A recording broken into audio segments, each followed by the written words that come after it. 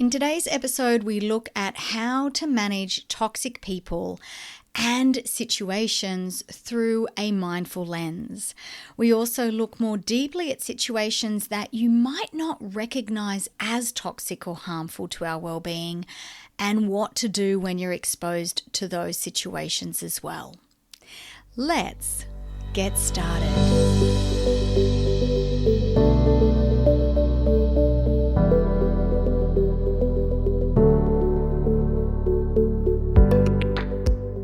Hello and welcome to a brand new episode of Live Mindfully with Laurie Moore, the podcast that invites us all to slow down, take a deep breath in, and start to look at life through a brand new lens. I also want to share that this will be my final episode for a while. As you can imagine, there is a lot of time spent researching, recording, and promoting a podcast. And for now, I need to take a break, invest that time in some other projects, and allow my cup to fill. I would still encourage you to follow the Live Mindfully podcast, as from time to time I will record an episode with a special guest. The content in this podcast is also evergreen, meaning you can come back to these podcasts again and again as a refresher. And I am still keeping the Mindful Minutes section open, so you can head to my website, lauriemore.co, and ask a question. And I will record a one-off special episode to answer those as well. So today's topic is one we have all come up against: how to manage toxic people and toxic situations. And I really want to clarify here that it is very easy to get caught up in a toxic situation that is not fraught with toxic people. So this could be a situation brought about by yourself or someone else responding to something that has brought up a lot of emotion or triggered you or them in some way. To give an example, I have a friend who has been friends with someone else for a really long time, and they have had a bit of a falling out, and this has come about because of a disagreement. Now, this is very, very common. We're going to have disagreements in our lives with everybody, but it's how we manage this that really separates it from whether it becomes a toxic situation or whether we are able to move past it before it becomes toxic. I have fallen victim to this as well, so I'm certainly not trying to place myself on a pedestal here, but I would have to argue that the majority of the time when there's a disagreement between friends or family members, the situation becomes toxic, and I'm going to explain why. So with this particular group of friends, or these particular two friends, there was an important topic that came up, and probably for one of the very first times in their lives, they not only disagreed on the topic, but they both saw it from completely opposite ends. And for both of them, it's really made them both question the values, the beliefs, and the integrity of the other. And this is where you can start to already see, right? Oh goodness, this is going to start to turn toxic. The minute that you start to take one component of what you know about somebody and use that against them, especially when you know so much about that person, you know what their values are, you know what their beliefs are, you know they have integrity, that is when it starts to turn. So there becomes bad energy and negativity and so much hurt involved in the situation. And then there are times when you are surrounded by toxic people and it always feels like there's bad energy and negativity and hurt involved. So let's take a look at WebMD. They have a definition of a toxic person, and I want you to hear the definition up against the example I just gave. So WebMD says, a toxic person is anyone whose behavior adds negativity and upset to your life. Many times, people who are toxic are dealing with their own stresses and traumas. To do this, they act in ways that don't present them in the best light and usually upset others along the way. So neither of these friends of mine are toxic, but the situation has invited negativity and upset into both of their lives, and neither of them are ever going to see it from the other's point of view on this particular topic. Remember, we're talking about a disagreement over one particular topic. So what do? There's two options here as I see it. They can walk away from the friendship. They can decide that they really truly didn't know each other as well as they had thought. And they're probably both going to suffer very deeply as a result of making that decision. This is an option that many of us choose to take. We really distance ourselves from the other person, the friendship suffers, and eventually the friendship dissipates. And unfortunately, we don't just lose that friendship with that person. We might even seek to try and it's not necessarily from a malicious point of view, but more so from just trying to justify our behavior. We might share our version of the story with other people that then in turn upsets that person's relationship as well. The other option is they both need to let the dust settle. They need a period of space to breathe. Now that might seem obvious, but what is also helpful here is that they don't necessarily need physical space from each other. This might not actually even be possible for them to actually physically take some space from each other without starting to fall into option one, which can result in a lot of harm. What they have to remember is they're only battling it out against this one subject. So what they could do, because neither of them are toxic people and there is a deep friendship of many years and many layers here, they could agree that this topic is off the table for them. They don't discuss it together, and most importantly, they don't rally support for their point of view. And this is hard.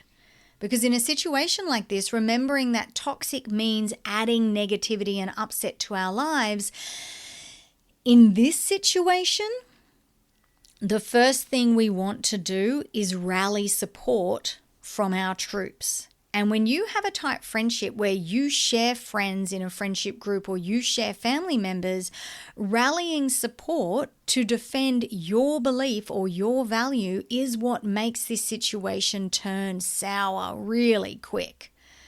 Because now you're involving so many more people who feel like this has turned into a fight of allegiance.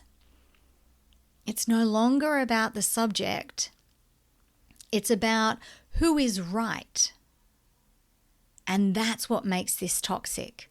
So they could agree to take a break from discussing this topic for now, forever, instead of taking a break from each other. And then in their own time and when they feel ready, they could gently begin to explore the other's point of view on their own. Not rallying troops, not gaining information so that you can use it against the other person. Genuinely feel into the other's point of view just to see if you're able to accept that it's their point of view. And if not, that's okay too. You don't need to. You've agreed that you're not going to discuss it. You think what you think, they think what they think. We don't need to involve other people. We don't need to destroy a long-standing or potentially really great friendship. What you do need to do, though, is have a conversation with that person And person one could say, it got heated, especially for me, and for the sake of the friendship, I think we see this from completely different point of views, and I want to have a truce and suggest that we don't discuss this topic together. Are you okay with that? Now, the way to handle this when you are dealing with a toxic person is completely different. A toxic person is going to want to keep the argument going, and they're going to want to do that for a couple of reasons. Let's review WebMD's definition again. A toxic person is anyone whose behavior adds negativity and upset to your life. Many times, people who are toxic are dealing with their own stresses and traumas. And to do this, they act in ways that don't present them in the best light. And this usually upsets others along the way. When I read that and when I am around toxic people, I know there is no awareness. There is no awareness.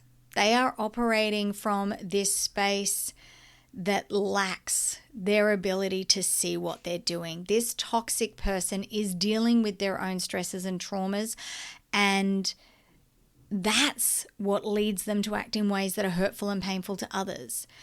You know, there's the saying, hurt people hurt people. And it's true, but guess what? You're not an idiot. And it's not your job to save the world. It's not your job to make sure everyone around you likes you, admires you, wants to be your friend. It's not your job to please others or to make amends with people who have caused you harm. You might like to for your own peace. But as Maya Angelou says, and she often gets misquoted on this, she has a lot of quotes about forgiveness, and I think she is very, very often misquoted. Maya Angelou says, I forgive you and I'm finished with you. You don't even need to let the other person know that you've forgiven them. The forgiveness isn't for them, it's for you. A few years ago, I had a very painful episode with someone, a painful episode that lasted for 2 or so years. And I eventually realized that that person needed to leave my life. And it was very, very hard for me and very devastating. But after some time had passed, I decided that I did want to forgive them. I really needed to forgive them for myself. So I did a fire burning ceremony where I wrote them a letter of forgiveness. And I cried my little heart out. I was so, so sad. And then I burnt the letter and I said a prayer of forgiveness. And I let go of all of that hurt and pain and destruction that this person brought into my life. And I forgave them. And then I was done with them. And I don't think about that person at all anymore. Forgiveness doesn't mean you invite them back to your table, as Maya Angelou would say. You don't invite them back to your table. And I have included the article in the show notes from Maya Angelou where she says these exact words so that you can read the transcript for yourself instead of seeing a little meme where Maya Angelou says, oh, you need to forgive, and you don't really know the context of it. I invite you to read this interview that she did with Oprah, where she actually explains what forgiveness means for her. You do not owe another person anything, especially if their suffering is causing you suffering. And if they are suffering, they need someone much closer to them to tell them their behavior is harmful to others, and that is likely not you. So keep your distance. Keep conversations with this person to an absolute minimum. Do not share personal information with them. You are going to need to see them from time to time. Yes, that is likely, but you don't owe them anything. It's not your job to open up their eyes. It's your job to protect yourself, to live with compassion and kindness. first for yourself and then for others. It is your job to love yourself and show up each day as the best, most loving, kind-hearted person you can. This does not involve you walking into the devil's den. This does not involve you placing yourself repeatedly in harm's way. Gaslighting is another extreme form of toxic behavior. Gaslighting is when something happens and someone in your circle tries to tell you that you've seen it wrong. You've seen it from the wrong way, or you're mistaken in some way. As human beings, we have a huge amount of sensory data filtering through us every second of every day. Our brains are designed to pick up on the nuances and the subtleties of living on Earth. It is one of the reasons, in fact, it probably is the main reason, that despite not being the biggest creatures to exist, we are at the top of the food chain. Our senses receive a lot of information, and our brains very quickly tell us what that information means. So if you think someone has said or done something that purposefully and negatively impacts you, whether they say it's true or not, whether others around you agree or not, tread lightly, because you are probably right. And the other person has been caught out, and those around you are trying to pacify you because they don't want you to be upset. So it's not necessarily that others are in on the game or they're trying to hurt you. They're doing what they perceive to be as protection for you as well. But don't let people gaslight you. Have conviction and trust in what you feel, in what you heard, and in what your body, receiving all of that raw data from your eyes, your ears, your skin, your taste, your smell, told you. It is really unlikely that you are wrong. You might not have all the information, but that is probably because someone is withholding that from you. And if they are, that's not your fault.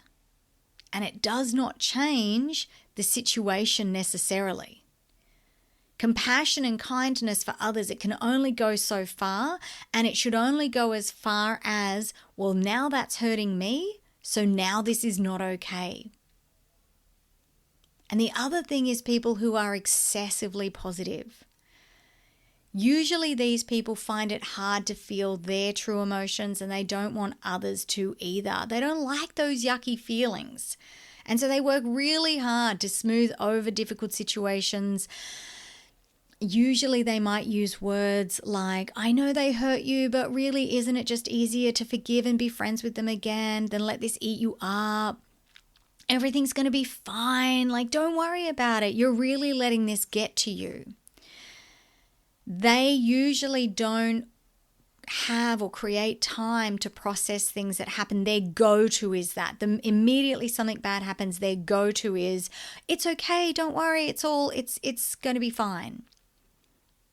The thing about excessively positive people is that they really do have your best interests at heart, and they really believe that to be true. But having these unrealistic expectations of having a constant positive outlook on life, despite what's happening, despite the circumstances, in order for you to live life from that perspective, you need to suppress and invalidate negative emotions to present what becomes a facade of happiness and satisfaction. And this is often at the expense of your true feelings, and ultimately your well-being will suffer. So it's really important that you're able to dissect the situation. Are you dealing with a toxic person, or is it just a toxic situation? Is it gaslighting? Or is it excessive positivity? If it's a toxic person and they are regularly toxic, they're regularly enough engaging in behavior that makes you feel bad, trust that. and start to shift yourself away from that person. Share very little to no personal information with them. Start to become vague with your answers. They might push. That's okay. Shift the focus onto them. They love that. They love talking about themselves. Keep the focus on them and then make an excuse as to why you need to leave. Reduce the amount of time you spend with them. If it's a toxic situation, remove the situation. Come to an agreement to not discuss that topic, and if the topic comes up, be an adult. Either leave the conversation or just keep your mouth shut. This is not an opportunity to rally your troops. You are not in a war situation. It's your opinion versus someone else's. Don't let a toxic situation destroy a relationship. If it's gaslighting, trust yourself. Trust that you know what happened. Confide in someone who you know is always level-headed and honest. Avoid going to people who catastrophize or people who are excessively positive. Gaslighting is a form of emotional abuse and falls under the same category as a toxic person. If this is someone really close to you, know that this is a form of abuse and you should safely seek external help. If you are surrounded by toxic positivity, share less negative things with this person. Use your discernment. These people are generally not trying to hurt you in any way, but they are also not always the best person to share negative news with, particularly if you're trying to process that situation and you want to feel your feelings because you want to get to a place where you can forgive yourself, forgive the other person, and move forward. Thank you so much for taking the time to listen to this and all the other 62 episodes that I have recorded. There will be more episodes, there will be more guided meditations and lots more other things to come. Bookmark my website, lorimoore.co,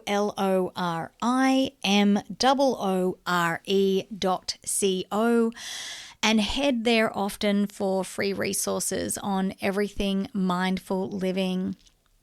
I appreciate you and your continued support so much. To keep up with me, please follow Live Mindfully with Lori Moore on Facebook. And as I've already said, follow this podcast so that you are notified when new episodes drop. Until next time, take extra good care of yourself.